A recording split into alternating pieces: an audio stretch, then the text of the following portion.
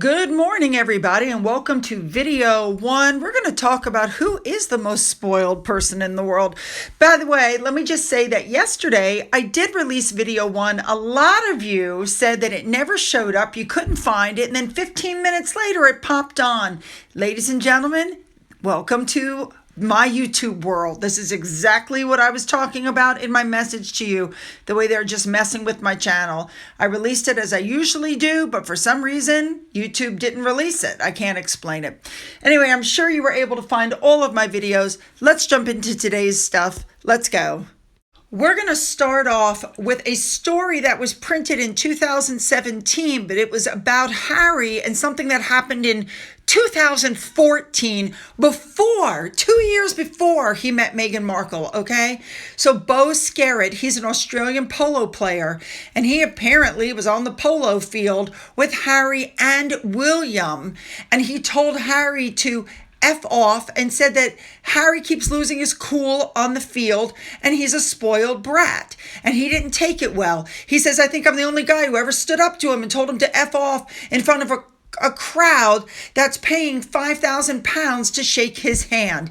Now, William, he said, was a perfect gentleman and actually apologized on behalf of Harry and said, no hard feelings. And that makes you wonder, how often has that happened? How often has Harry acted, badly and William has had to apologize for him? We know that Harry isn't the best with animals. We know that in 2010, he was accused of animal cruelty. His horse was stabbed in the flanks by Harry's spurs, and that even though the horse was bloody, Harry continued to ride this horse. St. James Palace came out and said, as soon as Harry realized the horse was injured, he immediately stopped playing. Under polo rules, riders who use their spurs excessively can have disciplinary action ranging from a warning up to fines of £50,000. Tony Moore, chairman for the Fight Against Animal Cruelty, said Harry is cruel. And David Morley, the chairman of welfare, said it was unusual for horses to suffer blood injuries during a polo match. We've all seen the above picture. He was also criticized by animal welfare groups in 2007 because 2 protected hen harriers were shot near the royal estate. And a different polo pony of Harry's, a 10-year-old mare called Drizzle, collapsed and died from a heart attack at a polo match that Harry had just been riding the horse before it died. Yeah, he's a real great guy. And this is not the first time that Harry has been accused of being a spoiled brat, or the royal family has covered up for him, as you can see. Let's move on to our next instance. Harry was branded as a, quote, poor little rich kid behaving like a spoiled brat after he was evicted from Frogmore Cottage. And we know that he was asked to vacate because, number 1, Harry had attacked Camilla in the spare after he was warned not to. And number 2, we found out later on that he had not paid rent for over a year on Frogmore. And number 3, his lease was up.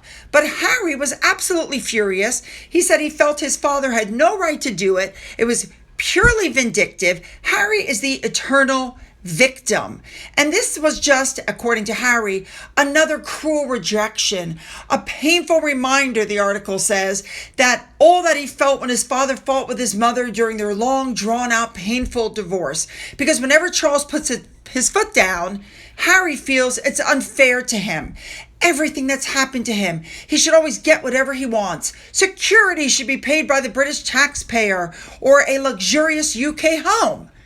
Exactly. Harry sees himself as the eternal victim. How dare you take my home from me? You should know that when those 2 hens were shot that I just talked about a second ago, Harry was in the area but denied that he did it, and the royal family covered for him. And the horse that was injured with the spurs? Well, St. James Palace said that the prince came off the field as soon as he noticed that the horse was injured and said that Harry was wearing regulation, shoes. Basically, they covered up for Harry. But the palace has always covered for Harry and his, pathetic behavior. Now, he's married Meghan and he's moved out. And Harry and Meghan released a statement not that long ago condemning inequality and racial bigotry in the media, completely overlooking the fact that Harry has said some nasty things. One guest at a society wedding asked Harry about Chelsea Davy, and he goes, well, she's not black or anything. Let me remind you that it was Harry who went up to comedian Stephen Amos and basically told him that he didn't sound black. Okay, let me remind you that it was Harry who called his fellow soldiers packy heads and rag heads. And of course, the palace came to his defense not long after that happened, because the palace was always trying to protect Harry because he was such a spoiled brat. Basically, St. James Palace came out and said that Prince Harry fully understands how offensive the terms were and is extremely sorry for any offense those words might have caused. And they said there was no racist intent. Are you kidding? What I found interesting is that the Muslim Council of Britain came out and said that Harry's language was unacceptable and harmed the image of the army, which it did. And that entire thing happened right about a year after Harry was pictured in a Nazi uniform, which of course he never took responsibility for either. He said that was William's fault. And then, of course, we found out that he was given special treatment and allowed to leave during mandatory drug testing because he would have popped his drug test. Tell me he's not spoiled.